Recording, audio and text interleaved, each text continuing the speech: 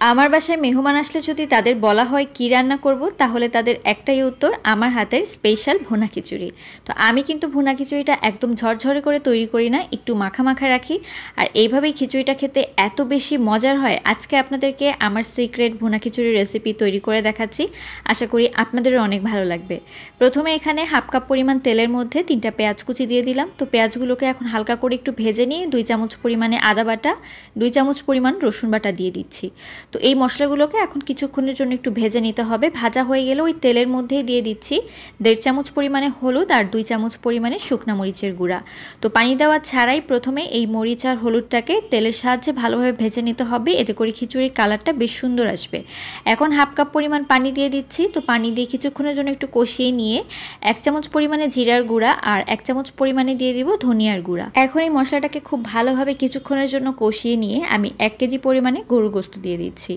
তো আমি একদম ছোট ছোট পিস করে কেটে নিয়েছি। যদি বিরিয়ানি হতো তাহলে পিসগুলো একটু বড় রাখতাম, খিচুড়ির মধ্যে পিসগুলো একটু ছোট করে দিলে ভালো লাগে। গোটা গরম মশলা দিয়ে দিচ্ছি, তার মধ্যে দারুচিনি, এলাচ, গোলমরিচ, লবঙ্গ, তার সাথে একটা তেজপাতা মাঝখান থেকে কেটে দিয়ে দিয়েছি। তো এখন আমি দিয়ে দিব স্বাদ মতো লবণ। তো যেহেতু খিচুড়ি রান্না করছি 2 চামচ পরিমাণ লবণ দিয়ে দিলাম, পরবর্তীতে লাগলে আরও একটু লবণ বাড়িয়ে দিব, যেহেতু চাল দেওয়া হবে লবণ অনেকটাই টেনে যাবে।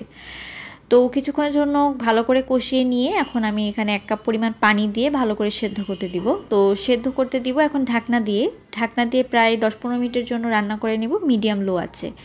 তো মিডিয়াম লো আছে রান্না করার পরে যখন গোস্তটা ভালোভাবে সেদ্ধ হয়ে যাবে, এখন ঢাকনাটা তুলে এই যে ঝোলটা আছে এটাকে শুকিয়ে নিব আর তেলটাকে ভালো করে উপরে উঠিয়ে নিব।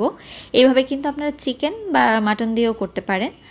এখন দেখতে পাচ্ছেন একদম পানিটা শুকিয়ে গিয়েছে, তেলটা ভেসে উঠেছে। এখন আমি এখানে 2 পট বা 2 কাপ পরিমাণে নিয়ে নিচ্ছি চাল, আর 1 কাপ মসুরের ডাল, 1 কাপ নিয়েছি মুগ ডাল। মুগ ডাল আর মসুরের ডাল দুইটাই কিন্তু আমি ভেজে নিই, আমি শুধু মুগ ডালটা ভেজে নিই না, দুইটা একসাথে ভেজে নিলে কিন্তু স্বাদটা ভালো আসে। তো এখন ভালোভাবে মশলার সাহায্যে কিছুক্ষণের জন্য ভেজে নিতে হবে। যখনই দেখবেন খুব সুন্দর একটা স্মেল আসছে আর একেবারে ঝরঝরা করে ভাজা হয়ে গিয়েছে, ওই পর্যায়ে এখানে পানি দিয়ে দিতে হবে। তো যেহেতু চাল ডাল মিলিয়ে 4 পট পরিমাণে এখানে আছে, তো আমি পানি দিয়ে দিলাম এখানে 5 পটের মতো। তো 5 পট গরম পানি দিয়ে দিচ্ছি। আর পানিটা দেওয়ার পরে এখন ঢাকনা দিয়ে কিছুক্ষণের জন্য এটাকে রান্না করে নিতে হবে। আমি ঢাকনা দিয়ে রান্না করে নেব 10 মিনিটের জন্য। 10 মিনিট পরে ঢাকনাটা খুলে নিয়ে তারপর আমি আবার দমে দিব। তো ঢাকনা দেওয়ার আগে আমি যেটা করব, রসুনের কোয়া খুলে নিয়েছি আর কয়েকটা কাঁচামরিচ। এই রসুনটা কিন্তু খিচুড়ির মধ্যে খেতে ভীষণ ভালো লাগে। যদি দেশি ছোট রসুন হয় সেক্ষেত্রে আমি গোটাই দিয়ে দিই, তবে মোটা বড় রসুন থাকলে এভাবে একটু কোয়া খুলে দিলেই হবে। এটা কিন্তু মাস্ট দিবেন, খিচুড়ির স্বাদ একদম অন্য লেভেলে নিয়ে যায়। তো ঢাকনা দেওয়ার পরে 10 মিনিট আমি দেখতে পাচ্ছেন খিচুড়িটা অনেকটাই হয়ে এসেছে এবং চালটাও ফুটে গিয়েছে। এই পর্যায়ে আমি একটু নেড়েচেড়ে মিশিয়ে নিচ্ছি আর সামান্য একটু ঘি এখানে আমি ব্যবহার করেছি।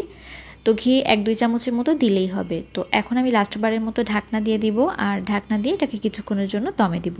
আপনারা এই পর্যায়ে লবণটা চেক করে নেবেন, লাগলে একটু দিবেন। আমি এখানে সামান্য একটু লবণ আবার অ্যাড করেছি, কম হয়েছিল।